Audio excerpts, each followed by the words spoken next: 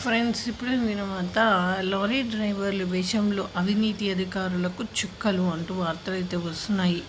మరి ఇదైతే చాలా మంచి విషయం. ఎందుకంటే అవినీతి అధికారులు ఎక్కడున్నారు ఏంటి అనేది చూసేయచ్చు అనమాట.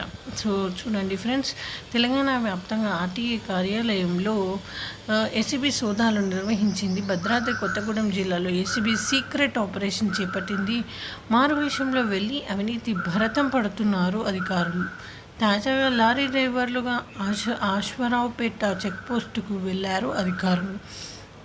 ఏసీబీ అధికారులను లంచం డిమాండ్ చేశారు ఆర్టీఏ చెక్పోస్ట్ అధికారులు. ఒక్కో వాహనానికి అనధికారికంగా ₹100 వసూలు చేస్తున్నట్లు గుర్తించారు. తెలంగాణ ఏపీ సరిహద్దు చెక్పోస్ట్ కావడంతో అధికారులు చేతివాటం చూపిస్తున్నారు. ఏసీపీ సీక్రెట్ ఆపరేషన్లో భాగోతం బయటపడింది. సో ఈ విధంగా వార్తలు అయితే వస్తున్నాయి ఫ్రెండ్స్. Thanks for watching.